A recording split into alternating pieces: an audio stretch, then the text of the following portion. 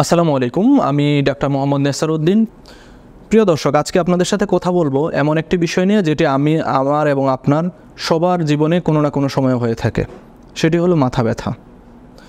আমার আপনার জীবনে যখনই মাথা ব্যথা হয়ে থাকে, আমরা যখন চিকিৎসকের কাছে শরণাপন্ন হই, তখন আমাদের কিছু কমন ডায়াগনোসিস হয়। সেটা হলো মাইগ্রেন অথবা সাইনোসাইটিস, অথবা আমরা চিন্তা করি যে আমাদের চোখের সমস্যার কারণে মাথা ব্যথা হয়ে থাকে।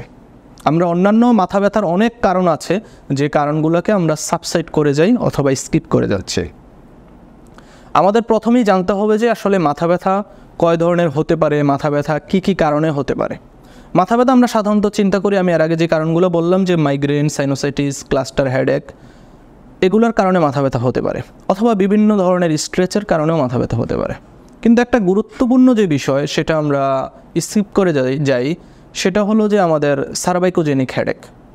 আমাদের সার্ভাইকাল রিজিয়ন থেকে যে মাথা ব্যথার উৎপত্তি, সেই মাথা ব্যথাকে আমরা সার্ভাইকোজেনিক হেডেক বলি। আমাদের দৈনন্দিন যে কাজের ধরন এবং আমাদের প্রতিনিয়ত আমাদের মানুষের যে পরিমাণ স্ট্রেস যায়, ওই স্ট্রেসের কারণে আমাদের মাথা ব্যথা হয়ে থাকে। এখন আমরা আজকে আলোচনা করব সার্ভাইকোজেনিক হেডেক এবং এর চিকিৎসা পদ্ধতি নিয়ে। প্রথমে আমরা দেখুন যে আমাদের যেই স্কাল বা হেড, আমরা যেটাকে আপনার নর্মাল ইংলিশে বলি, এর নিচ থেকে আমাদের সার্ভাইকাল রিজিয়নটা শুরু। আমরা যখন চিন্তা করি যে একজন মানুষ, আমরা সারাক্ষণ কাজ করি মাথাটা নিচের দিকে দিয়ে এবং মোবাইল টিপতেছে, তো যখন আলটিমেটলি আমি মাথাটাকে বেন্ড করছি, বেন্ড করার কারণে আমার এখানকার যে সার্ভাইকাল রিজিয়নের যে মাসেলগুলো আছে, মাসেলগুলো বারবার ওভার স্ট্রেস হচ্ছে এবং আলটিমেটলি একটা সময় গিয়ে এই মাসেলগুলো উইক হয়ে যাচ্ছে। এছাড়া আমি দীর্ঘদিন সামনের দিকে ঝুঁকে কাজ করার কারণে আমার এখানে স্ট্রাকচারাল প্রবলেম হতে পারে, এখান থেকেও মাথা ব্যথার উৎপত্তি হচ্ছে।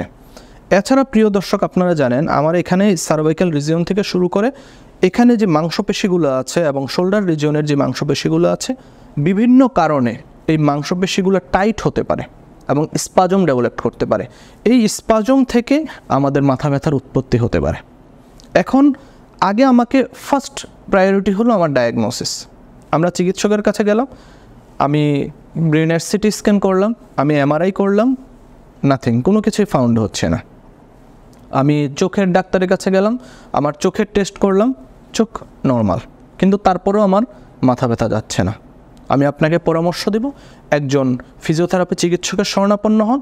ফিজিওথেরাপি চিকিৎসক আপনার এই মাসেলের কন্ডিশন এবং পূর্ণাঙ্গ সার্ভাইকালের অ্যাসেসমেন্ট করে আপনাকে বলে দিতে পারবে যে আসলে আপনার এই ব্যথাটা কী কারণে হচ্ছে। আপনার এটা কি সার্ভাইকোজেনিক হেডেক, না অন্যান্য মাথা সমস্যা বা ব্রেনের সমস্যার কারণে আপনার মাথা ব্যথা হচ্ছে, অথবা চোখের সমস্যার কারণে মাথা ব্যথা হচ্ছে।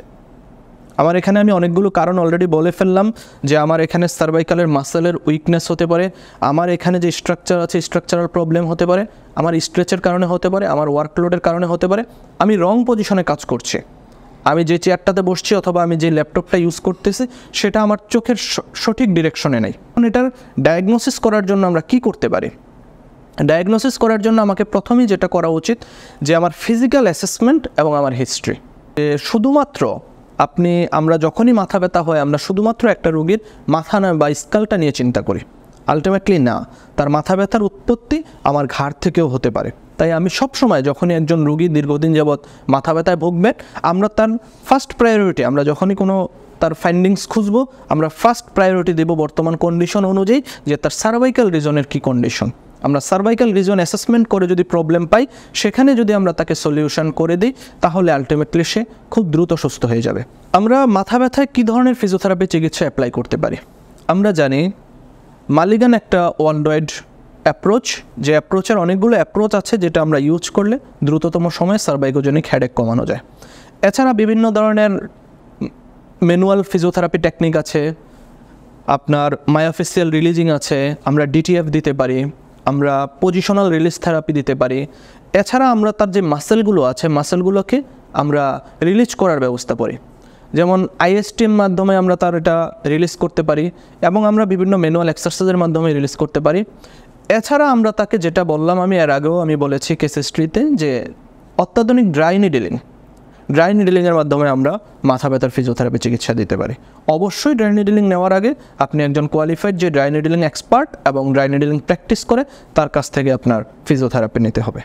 এবং সাথে সাথে আমরা বললাম যে আমি তাকে সুস্থ করে দিলাম, কিন্তু আলটিমেটলি তো সে আবার তার অ্যাক্টিভিটিসে ফিরে যাবে।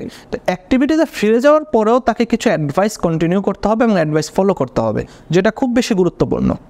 আমরা একটা পেশেন্টকে শুধুমাত্র আগে যেই মডেল ছিল যে বায়োলজিক্যাল মডেল, এখন আমরা চিন্তা করব যে বায়োসাইকোসোশ্যাল মডেল, যে একটা পেশেন্টকে কেন্দ্র করে আমরা তাকে চিন্তা করব যে পেশেন্ট কোথায় থাকতেছে, কী কাজ করতেছে, তার বাসার এনভায়রনমেন্ট কীরকম, সব কিছু যদি পারফেক্ট থাকে তাহলে একটা পেশেন্টকে কমপ্লিটলি সুস্থ করা সম্ভব। সো সে যখন কাজ করবে তার যে কাজের যে মডিফিকেশন, তার ওয়ার্ক স্টেশনের যে মডিফিকেশন, সেই মডিফিকেশনটা যদি আমরা করে দিতে পারি তাহলে সে দ্রুততম সময়ে সুস্থ হয়ে যাবে। সবাইকে ধন্যবাদ। আসসালামু আলাইকুম।